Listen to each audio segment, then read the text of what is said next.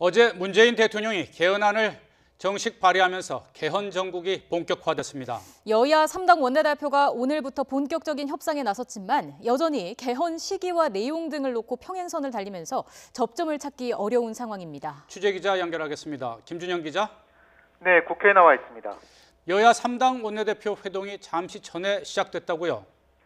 네, 그렇습니다. 더불어민주당 우원식, 자유한국당 김성태, 바른미래당 김동철 원내대표가 오후 4시부터 국회에서 만나 본격적인 개헌 협상에 나섰습니다.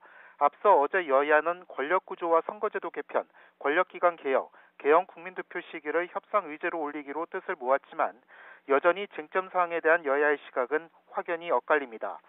민주당은 문 대통령의 개헌안이 당론을 대폭 수용했고 국민개헌의 정신을 담았다고 환영하면서 이를 바탕으로 야당과 협상해 6월 지방선거와 개헌 국민투표를 함께 치른다는 방침인데요.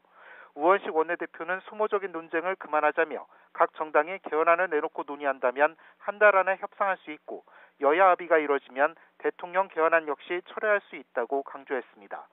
하지만 한국당은 여권이 6월 지방선거와 개헌 국민투표를 함께 치른다는 인식을 바꾸고 여야 합의로 6월에 개헌안 발의가 이루어져야 한다고 주장하고 있습니다.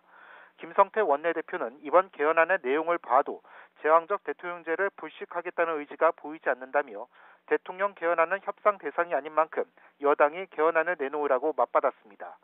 바른미래당은 지방선거와 함께 개헌 국민투표가 이루어져야 한다면서도 기본적으로 지나치게 비대한 대통령 권력을 분산하기 위해 국무총리를 국회에서 선출해야 한다고 주장하고 있는데요. 김동철 원내대표는 중차대한 개헌 문제를 당리당략 차원에서 논의하면 안 된다며 특히 여당을 향해 청와대의 지침을 무너뜨리고 야당의 주장을 받기도 해야 한다고 촉구했습니다.